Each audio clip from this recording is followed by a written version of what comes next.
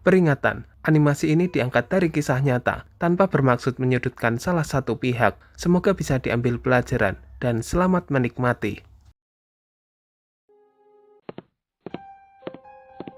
Permisi Pak Bambang, saya mau minta tolong. Bisa nggak diputerin rekaman CCTV-nya? Ada hal yang bikin saya penasaran Pak. Nggak lama kok, cuma mau lihat bagian tertentu aja. Apa ini ada hubungannya sama kematiannya Bu Wati? Siapa sih malam-malam gini ketok-ketok pintu? Ganggu orang lagi nyantai aja.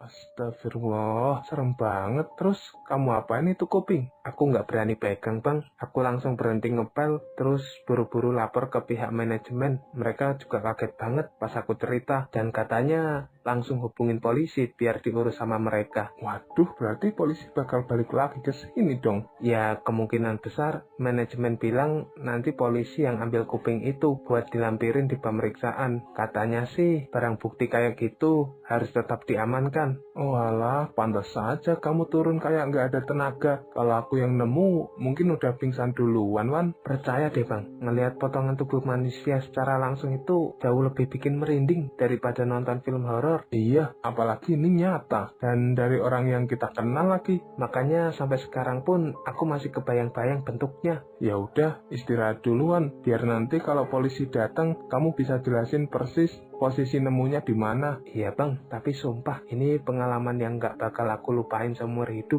Oh iya Wan, aku tadi dapat info dari polisi. Katanya Bu Ati itu meninggalnya diperkirakan udah lebih dari 1 minggu yang lalu. Hah? Seminggu lebih? Nggak mungkin lah Bang. Kita kan terakhir ketemu beliau baru 3 hari yang lalu pas kita jaga malam bareng. Iya, aku juga langsung kepikiran hal itu. Makanya aku tadi sempat bingung mau bilang atau enggak ke kamu. Berarti yang kita lihat waktu itu siapa dong? Ya jelas Bu Ati lah Bang. Masa bukan Bu Ati? Malah aku sempat ngobrol sama dia. Terus dibawain singkong rebus juga. Itu real banget loh. Iya aku tahu. Tapi kalau kata polisi, beliau udah meninggal seminggu lebih. Berarti waktu kita ketemu itu bukan Bu Ati beneran. Lah terus singkong yang kita makan malam itu singkong apaan Bang? Ya mana aku tahu Wan. Singkong gaib kali Wan. Ah jangan bercanda lah Bang. Aku jadi kepikiran nih. Berarti kita makan singkong dari hantu dong. Gini aja deh. Daripada kita nebak-nebak. Gimana kalau kita lihat rekaman CCTV aja. Jadi kita bisa lihat siapa yang sebenarnya datang ke pos malam waktu itu. Kalau memang Bu Ati, ya berarti info polisinya ada yang janggal. Tapi kalau bukan, berarti kita harus siap menerima kenyataan. Kalau yang datang itu bukan manusia biasa. Gimana? Setuju nggak ngelihat CCTV? Ya udah, yuk kita ke ruang CCTV. Coba izin dulu ke Pak Bambang. Boleh nggak diputar ulang CCTV-nya?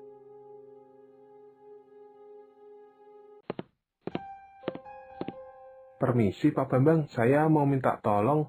Bisa nggak diputerin rekaman CCTV-nya untuk 3 hari yang lalu, pas malam hari waktu saya jaga? Loh Mas Reno, ini kan rekaman CCTV apartemen. Nggak semua orang bisa lihat. Setahu saya, Mas Reno nggak punya hak langsung untuk akses rekaman. Saya paham Pak, tapi ini cuma sebentar aja kok. Saya cuma mau memastikan sesuatu yang saya lihat waktu itu. Sesuatu? Maksudnya gimana? Coba jelasin dulu. Soalnya prosedur di sini jelas. Yang boleh lihat rekaman biasanya manajemen atau enggak pihak berwenang.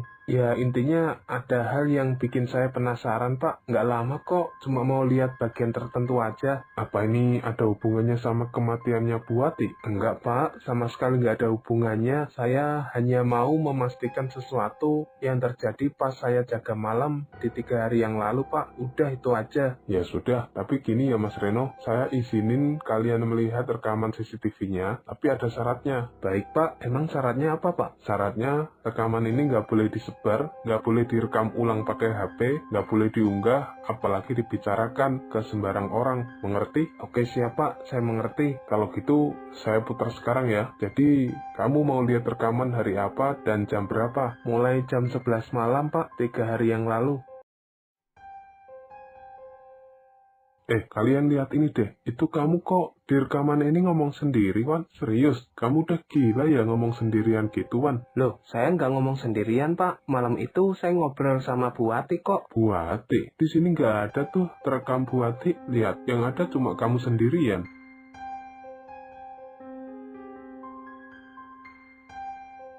Lah, kamu juga, Ren. Ngapain buka lift kalau nggak ada orang? Nggak masuk akal. Saya juga mau jelasin. Waktu itu, saya buka pintu lift buat Bu Ati yang mau ke lantai 5. Dan saya ngeliat jelas kok Bu Ati masuk ke dalam lift. Jadi nggak mungkin juga aku mainan buka tutup lift, Pak. Kalian berdua ini lagi main-main atau gimana sih? Enggak, Pak. Saya serius. Waktu itu sekitar jam setengah 2 malam, saya lagi duduk di pos sama Bang Reno. Tiba-tiba Bu Ati datang bawa makanan. Dia bilang, ini buat kalian yang jaga malam, biar nggak ngantuk. Betul kata Wawan, Pak. Ya kalau memang di rekaman nggak ada, berarti ada yang aneh, Pak. Aneh? Aneh apanya? Yang jelas nggak masuk akal lah. Kalau kalian memang ketemu sama Bu Ati, harusnya kameranya nangkep dong. CCTV ini 24 jam loh nyalanya, nggak pernah mati. Gimana ceritanya? Kalian bisa lihat orang, sementara di kamera nggak kelihatan. Apa jangan-jangan yang kita temui malam itu bukan Bu Ati ya? Maksud kamu, Wan? Mungkin itu arwahnya Bu Ati, Pak. Soalnya aku baru ingat waktu itu wajah Bu Ati itu pucat banget, nggak kayak biasanya. Matanya sayu dan cara bicaranya pelan. Arwah, jangan ngawur, Awan. Tapi kalau dipikir-pikir, seminggu sebelum itu Bu Ati udah nggak kelihatan sama sekali di apartemen. Dan kalau memang benar dia udah meninggal beberapa hari sebelumnya, berarti malam itu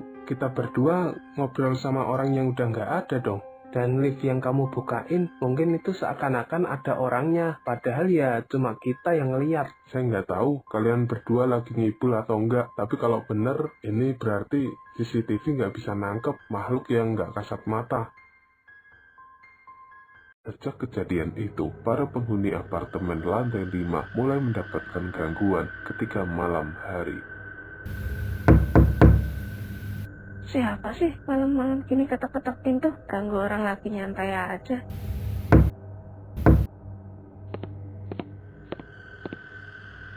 Nggak ada siapa-siapa.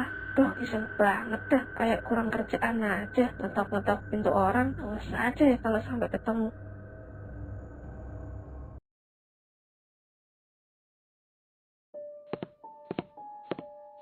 Mas Reno, saya mau komplain. Ini udah beberapa malam, pintu saya kok diketok-ketok terus. Dan di lorong lantai 5, suka kedengeran kayak orang lari-lari. Saya jadi nggak bisa istirahat dengan tenang, Mas.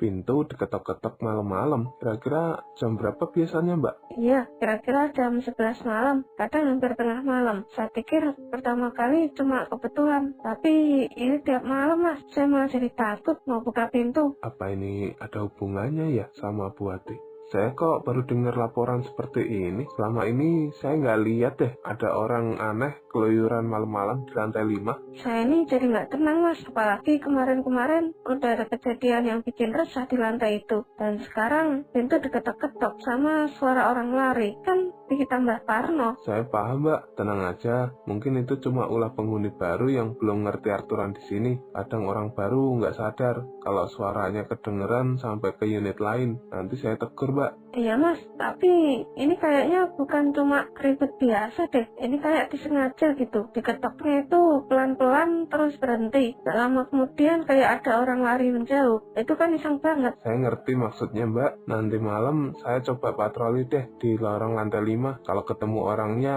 langsung saya ingetin biar nggak bikin gaduh lagi. Ya tolong ya, Mas, saya nggak mau ini kejadian berlarut-larut. Saya juga pengen istirahat tenang, bukan malah deg-degan tiap malam. Siap, Mbak. Saya janji saya akan usahain. Saya juga nggak mau penghuni di sini merasa terganggu. Oke, Mas, tapi serius ya, kasih tahu tuh penghuni baru, jangan berisik dan jangan suka iseng. Kalau mau bercanda, jangan di lorong depan pintu orang. Siap, Mbak. Nanti saya urus kok.